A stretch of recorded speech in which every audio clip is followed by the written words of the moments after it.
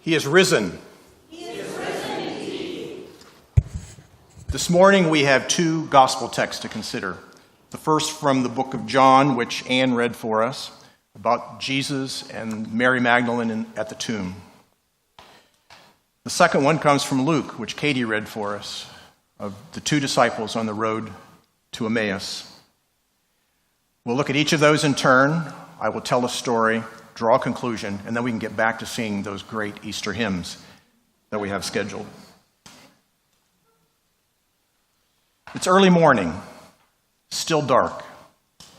In the eastern sky, just a hint of the light to come.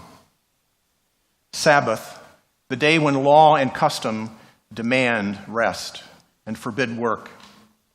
Sabbath had ended at the previous sundown.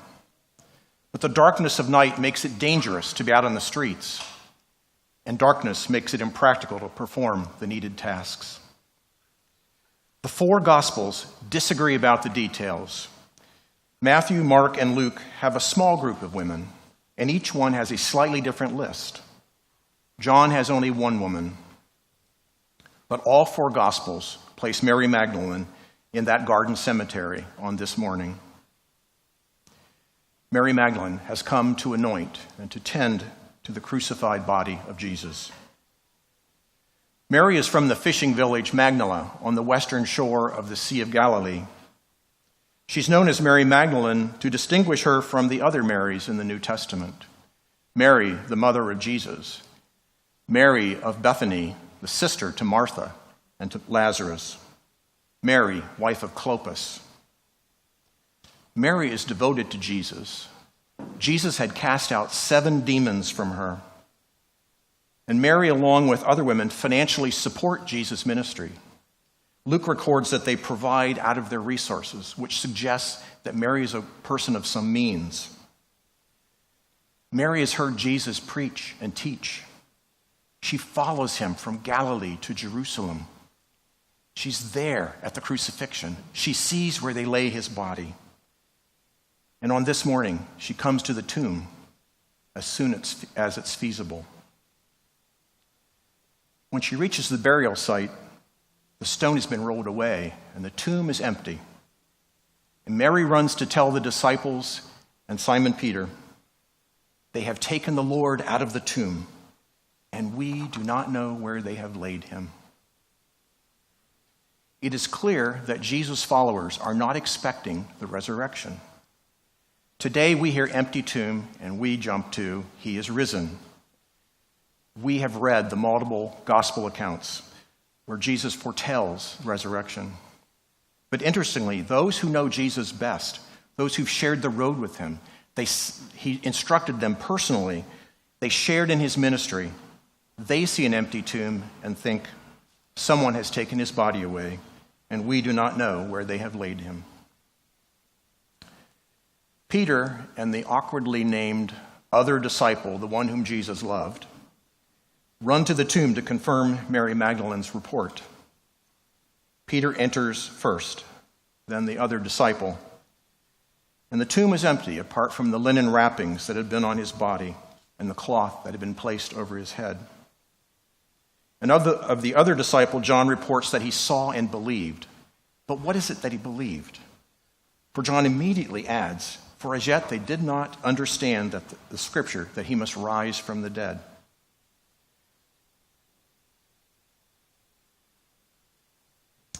Of the other disciple, if this other disciple believes in the resurrection, why doesn't he say to Peter and Mary, "Don't you remember Jesus said he would rise from the dead?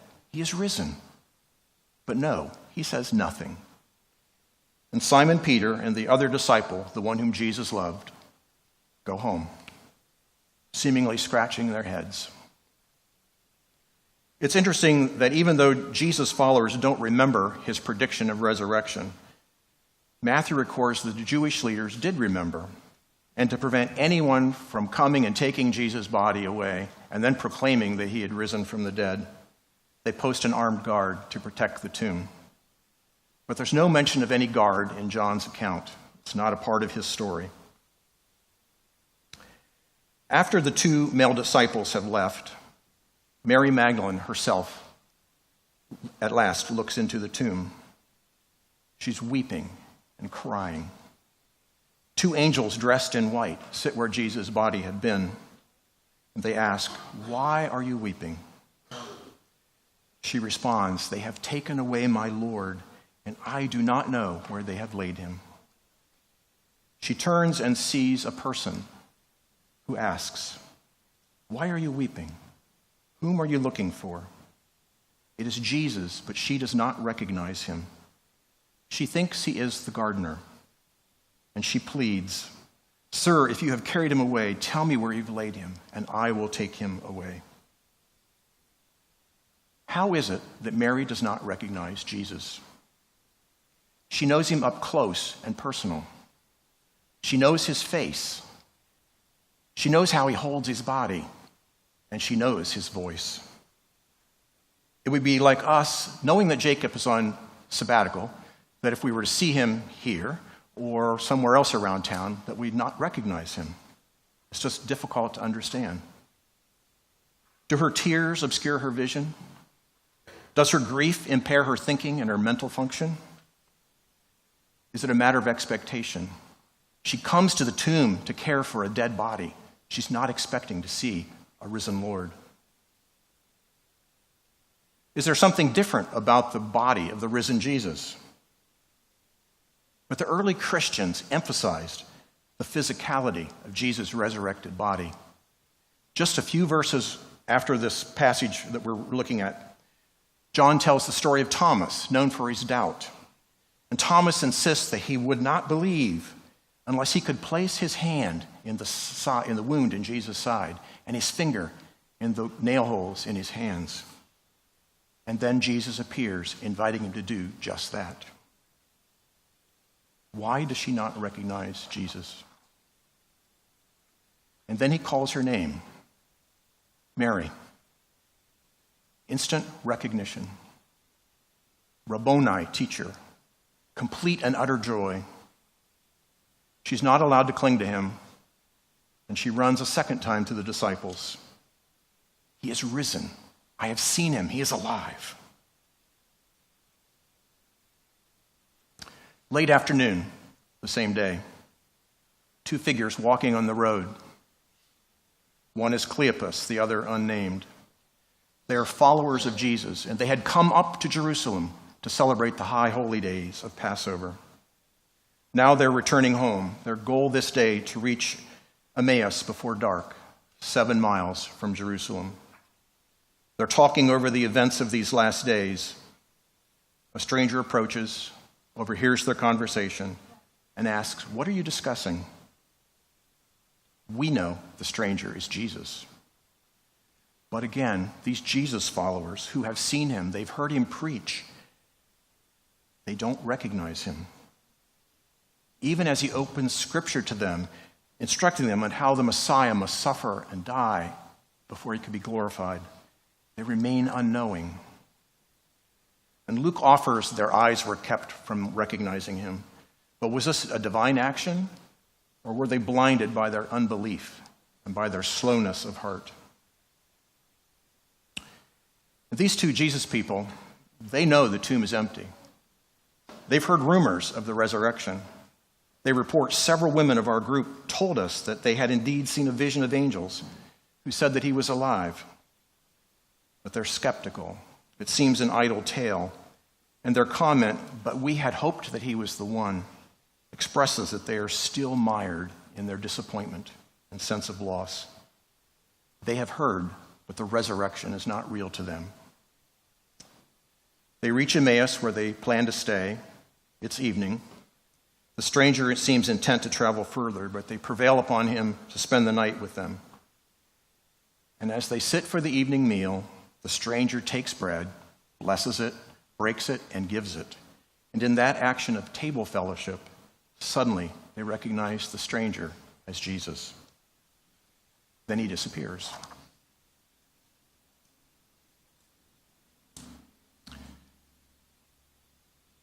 It's now Sunday, July 12th, 2009. Almost 10 years ago, in this very room, I rose during the time her joys and concerns and requested prayer. The previous weekend, Cindy had driven her parents to an annual gathering of their extended family at a small lake outside Jackson, Michigan, and I had stayed home being on call.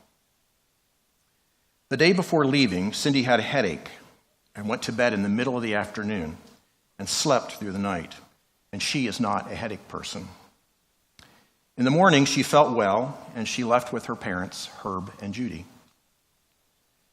When she returned home after the long weekend, she reported that when she looked to the right, she had double vision, and that she had to concentrate to look straight ahead in order to just see one image. That prompted a visit to the optometrist the next day, who referred her to an ophthalmologist at Worcester Eye Center. An MRI of the brain was obtained, which showed a tumor of the pituitary gland, and there was evidence of recent bleeding in the tumor, which probably explained her headache, and there was swelling around the tumor that was pushing on the nerves that control eye movement. She was sent to see a subspecialist ophthalmologist and then referred to a neurosurgeon at Cleveland Clinic main campus. And we were awaiting that appointment when I rose on July 12, 2009. Both of us were feeling rattled by this diagnosis. This tumor is benign, it's not cancerous, but it's difficult to access.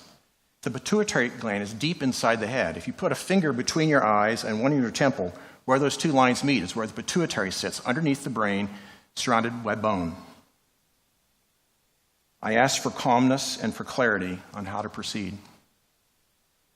I wanted her healthy and whole, but even more, I wanted to know that God was near and that we were not alone. After church on the drive home, she told me that Arlene Miller had come directly to her after church and told her that her sister-in-law in Toledo, Ruby Lehman, had had something that sounded very similar, and we thought that was kind and thoughtful of Arlene to share. After lunch, I went out to the garden to weed. Weeding is therapeutic. Weeding is a great time to pray, to meditate, and just be close to the earth. I'd been outside about an hour and a half when Cindy came out to the garden. I just got off the phone with Ruby Lehman. Ruby had gradually lost her vision and was virtually blind by the time she sought medical attention. She was diagnosed with a large pituitary tumor pressing directly on the optic nerve.